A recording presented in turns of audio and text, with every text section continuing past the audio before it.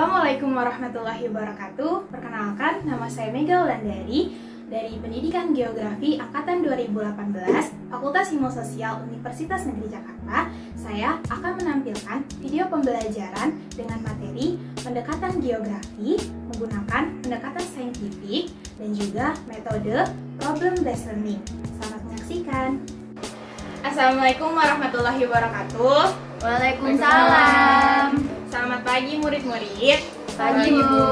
Gimana kabarnya pada pagi hari ini? Baik, Bu. Alhamdulillah. Sebelum kita mulai pembelajaran pada pagi hari ini, mari alangkah baiknya kita berdoa terlebih dahulu dipimpin oleh ketua kelasnya, Safa. Ya, Bu. Mari teman-teman sebelum kita mulai belajar, berdoa menurut agama dan percayaan masing-masing. Berdoa mulai. Berdoa selesai. Amin. Terima kasih pada ketua kelas, Safa Nurani. Kayaknya ibu lihat-lihat di sini ada kursi kosong nih. Kayaknya ada yang nggak masuk. Kayaknya ntar ibu mau absen dulu ya. Oke, Adinda Hadir, Bu. Christian, Hadir, Bu. Safa, Hadir, Bu. Tina. Tina nggak hadir, Bu. Kenapa tuh? Belum ada kabar. Oke, berarti kalau nggak ada kabar dan dia juga nggak kabarin ibu, berarti alfain aja ya, nggak apa-apa. Ya, Sinta. Hadir, Bu. Oke, berarti yang nggak masuk itu satu orang ya. Ada yang tahu kita mau belajar apa nih? Nggak tahu, Bu. Tahu, Bu. Oke, ada yang masih ingat minggu lalu kita belajar apa? Nggak ingat. Aku lupa.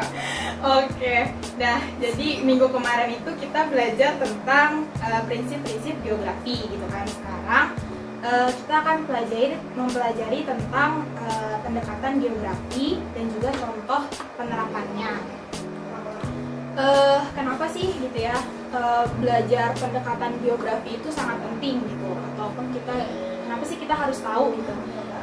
Karena dengan kita mengetahui atau mempelajari pendekatan geografi, kita mengetahui gitu apa aja gitu ya macam-macam dari pendekatan geografi. Terus juga kita mengetahui hal-hal yang berkaitan dengan lingkungan geografi gitu, sehingga kita mengetahuinya seperti itu.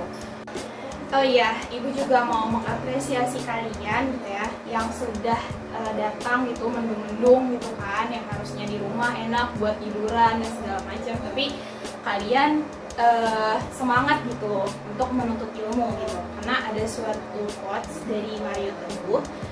Dia berkata bahwa orang yang berhenti belajar dia akan menjadi pemilik masa lalunya, tapi orang yang terus belajar dia akan menjadi pemilik masa depannya. Nah, ini kalian adalah contoh-contoh orang sukses memimpin masa depan. Amin, amin ya rabbal Amin. Ibu akan jelaskan tentang kompetensi dasar yang akan kita pelajari pada hari ini, yaitu ada di 3.5, memahami dan menganalisis pendekatan geografi dan contoh terapannya.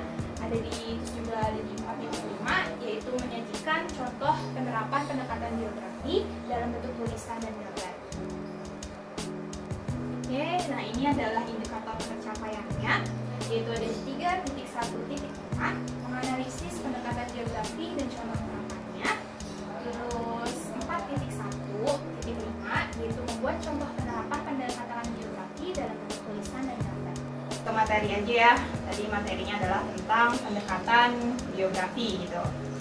Oke, sebelum itu kan ibu pernah bilang ya di pekan lalu kalau kita akan membahas tentang pendekatan geografi gitu.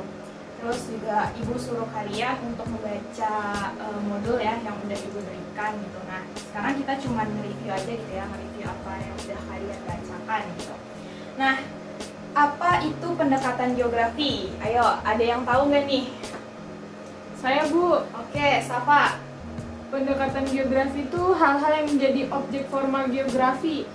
Yang terdiri dari keruangan, kelingkungan, sama kompleks wilayah. Oke, mantap. Berarti udah langsung ke macamnya ya. Udah ada 3 macam, itu ada pendekatan lingkungan, terus ada pendekatan keruangan, dan yang ketiga adalah pendekatan kewilayahan. Nah, sedikit ibu tambahin ya. Jadi pendekatan geografi ini itu membahas tentang tentang berbagai ya gejala atau fenomena yang terjadi di biosfer, itu khususnya interaksi antara manusia dengan lingkungan. Oke, kita next. Oke, tadi udah disebutin ya sama-sama ada 3 pendekatan, yaitu ada pendekatan keruangan, pendekatan lingkungan, dan juga pendekatan kewilayahan. Oke, sekarang kita membahas tentang pertama itu pendekatan keruangan ya. Apa sih pendekatan keruangan itu yang udah kalian baca nih ya di modul gitu? Boleh siapa yang berani? Saya, Bu. Oke, Ian. Pendekatan keruangan digunakan untuk mengetahui persebaran penggunaan ruang yang telah tersedia dan bagaimana penyediaan ruang yang akan digunakan untuk berbagai kebutuhan. Oke, bener ya apa yang dibilang Lestian gitu. Berarti baca modulnya gitu kan. Nah, Ibu tambahin sedikit ya, pokoknya pendekatan keuangan itu ialah membahas tentang fenomena di dalam suatu ruang. Nah, ruangnya itu adalah permukaan bumi, seperti itu. Pokoknya membahas tentang suatu pola, terus juga struktur dan juga proses. Contohnya kayak ya bencana alam gitu kan. Ya. Selanjutnya yang pendekatan kedua itu adalah pendekatan ke lingkungan ya. Nah, ayo siapa yang berani nih untuk menyatakan pendapatnya gitu yang udah kalian baca? Dila, Bu Dila. Ya, boleh Dila. Pendekatan ke lingkungan merupakan upaya dalam mengkaji fenomena geosfer, khususnya terhadap interaksi antara organisme hidup dan lingkungannya, termasuk dengan organisme hidup yang lain. Oke, bagus. Nah, ngomong-ngomong tentang pendekatan ke lingkungan gitu ya, sebagai tambahan aja benar yang udah dibilang Dila tadi. Nah, pendekatan ke lingkungan itu pokoknya intinya adanya interaksi antara manusia ya ataupun organisme lain seperti hewan, tumbuhan dengan lingkungannya, pokoknya dengan lingkungan sekitarnya seperti itu. Dan yang ketiga, yang terakhir ini ada pendekatan kewilayahan. Nah, boleh siapa nih yang mau jawab? Saya, Bu. Oke, Anggitari. Menurut saya itu kombinasi antara analisis keruangan sama analisis ekologi. Oke, ya benar banget ya. Jadi yang ketiga ini adalah kombinasi gitu ya. Kalau buat menganalisisnya itu antara pendekatan keuangan dengan pendekatan ekologi. Nah, ngomong-ngomong juga tentang pendekatan kewilayahan, dia juga membicarakan tentang perbedaan dari suatu wilayah gitu ya, yang nantinya akan terjadinya atau adanya perbedaan karakteristik suatu wilayah tertentu gitu. Oke, bagus yang sudah berani ya untuk menyatakan pendapatnya. Dan sekarang ini ada contoh, jadi selain kita mempelajari tentang macam-macamnya ya penjelasan dari pengertian pendekatan geografi, kita juga membahas tentang contohnya itu seperti yang di indikator yang tadi ya. Nah, contoh penerapan yang pertama itu adalah pendekatan keuangan. Ini Ibu udah kasih 2 gambar, yaitu ada ini pasti gambar suatu bencana ya, ini terjadinya di Jakarta. Dan ini ada kenapa gambarnya itu ya, nanti akan Ibu jelaskan juga. Nah, kalian nih yang ini aja, yang contoh pertama itu ada apa? Bencana banjir ya. Boleh siapa yang mau menganalisis juga dari contoh ini?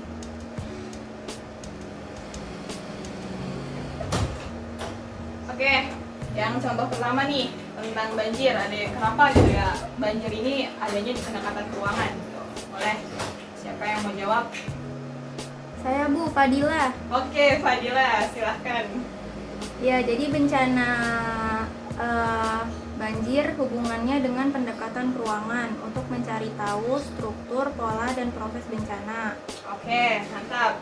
Ya, benar banget ya. Tadi juga Ibu sudah bilangin gitu, kalau pendekatan keuangan itu pasti membahas tentang struktur, pola, dan juga prosesnya kayak gitu. Nah, kenapa ya banjir ini di pendekatan keuangan? Ya, pendekatan Dila tadi, karena dengan kita mencari tahu gitu ya tentang struktur, juga pola, juga proses. Nah, itu nanti kita akan menggali informasi di sana seperti itu. Nah, gimana kaitannya alam dengan manusianya gitu kan. Nah, jadi di situ kita akan mengetahui upaya penanggulangan bencana dari banjir ya, termasuk terutama di Jakarta gitu kan yang sering banget terjadinya banjir gitu rawan.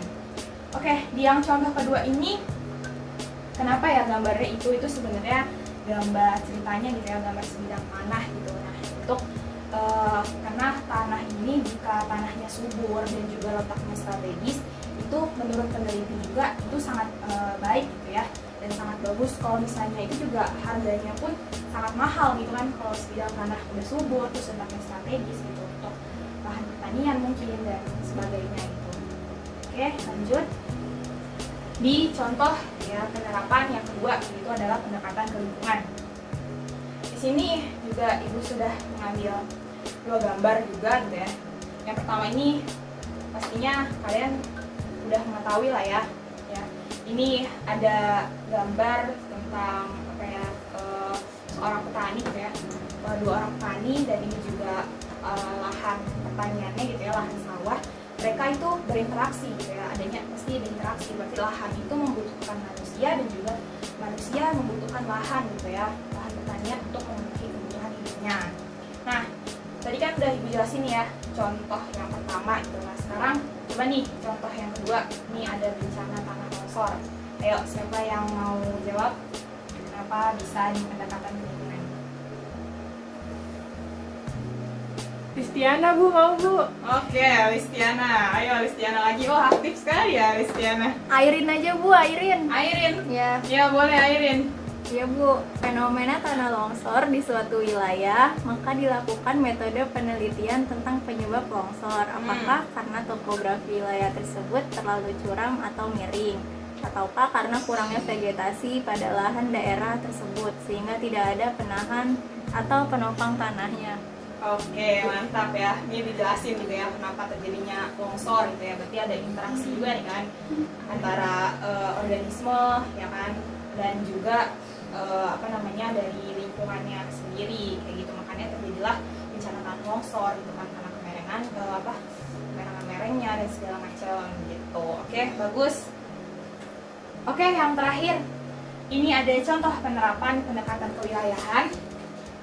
Ya, ini ada contoh perancangan lahan pemukiman. Ada yang bisa jelasin kenapa gambar ini gambar sebuah rancangan pemukiman gitu ya, kenapa bisa di pendekatan kewilayahan? Ada yang bisa menjawab? Teon Bu, mau jawab Teon? Oh, Teon. Oh, SNSD ya namanya. Ya, boleh. Contoh analisis kompleks wilayah diterapkan dalam perancangan kawasan pemukiman. Rancangannya dirumuskan untuk jangka panjang dan jangka pendek untuk pengembangan kawasan tersebut. Oke, ya, berarti bener ya. Jadi rancangan pemukiman wilayah ini kenapa menggunakan pendekatan kewilayahan ya, karena rancangan ini akan dibuat ada langkah-langkahnya sih sebenarnya gitu ya. Ada langkah identifikasi wilayahnya, terus juga ada langkah identifikasi dari aksesibilitasnya seperti itu. Makanya nanti hasilnya itu sebuah rancangan gitu, jangka pendek maupun jangka panjang gitu, untuk membangun sebuah lahan pemukiman.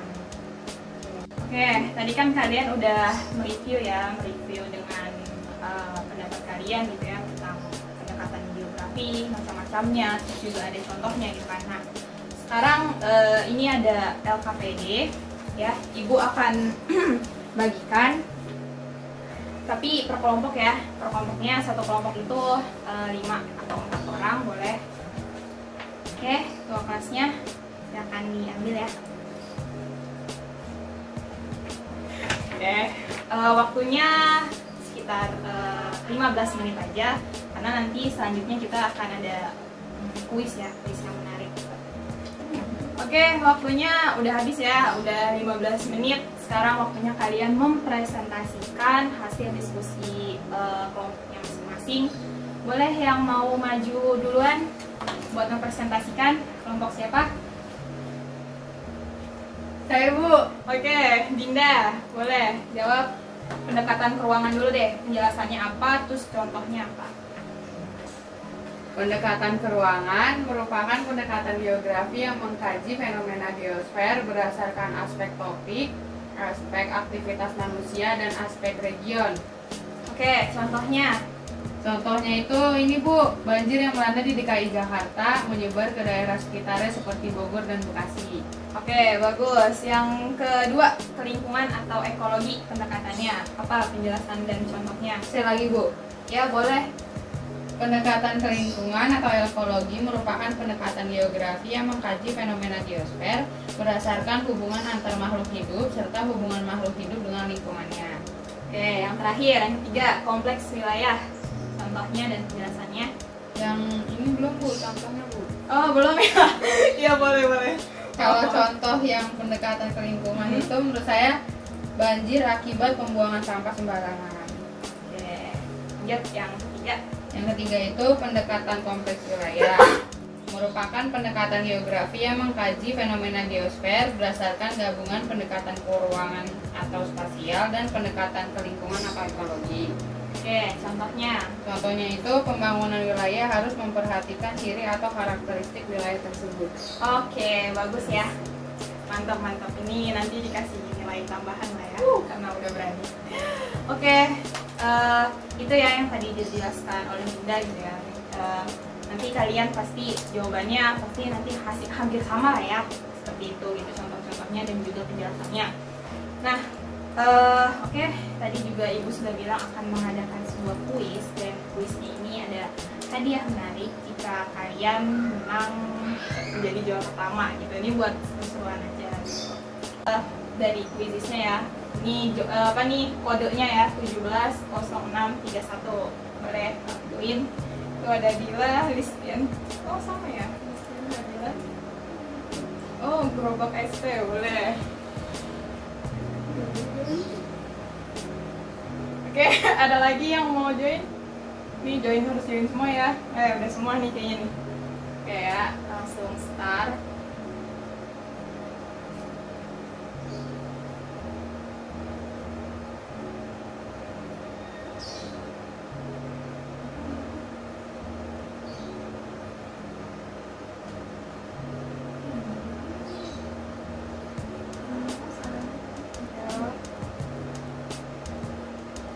Ini soal tentang analisis ya. Jadi contoh ya, misalnya soal nih, itu termasuk pendekatan keruangan, pendekatan kelingkungan, atau pendekatan wilayah. Ini yang juara satunya gerobak ST siapa ya? Saya Bu, saya lupa di rename Bu, maaf Bu. Oke, Dinda dapat poin 2450.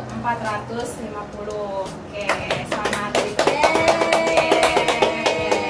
Ini kan Ibu udah bilang ya, yang juara pertama itu akan Ibu kasih reward, yaitu mie susu ultra. Dinda. Kasih Bu. Oke. Ya, besok ya, besok minggu depan ya, kalau misalnya ada kuis lagi gitu kan. Toblerone ya Bu. Ya, si perkuin nanti ya, insya Allah ya, boleh. Alhamdulillah. Oke, yang terakhir, any question? Ada yang mau bertanya tentang pendekatan geografi? Saya Bu, Ya, Dila, apa Dil? Pertanyaannya? manfaat dari pendekatan geografi apa ya Bu? Oke, akan Ibu jawab ya. Jadi, manfaat dari pendekatan geografi itu yang pertama, kita dapat mengetahui tentang lokasi-lokasi di permukaan bumi. Kita juga dapat mengetahui tentang fenomena keuangan, gitu ya. Dan kita juga dapat mengetahui potensi sumber daya alam untuk pembangunan. Nah, seperti itu Dila manfaatnya. Gimana? Sudah terjawab? Sudah Ibu, terima kasih. Oke, sama-sama. Ada lagi yang ingin bertanya atau sudah Ibu cukupkan saja? Oke, sebelum kita mengakhiri pada pelajaran pada hari ini, Ibu akan mengasih evaluasi pembelajaran. Di sini terdiri dari 10 soal dan 2 esai. Ibu kasih waktu 10 menit ya untuk mengerjakannya. Ya, boleh? Oke, waktunya sudah habis, sudah 10 menit ya. Boleh ketua kelasnya untuk mengumpulkan. Terima kasih. Ibu hitung dulu ya. Oke, udah 35 ya. 35 anak tadi soalnya Bu. Sekian. Wassalamualaikum warahmatullahi wabarakatuh.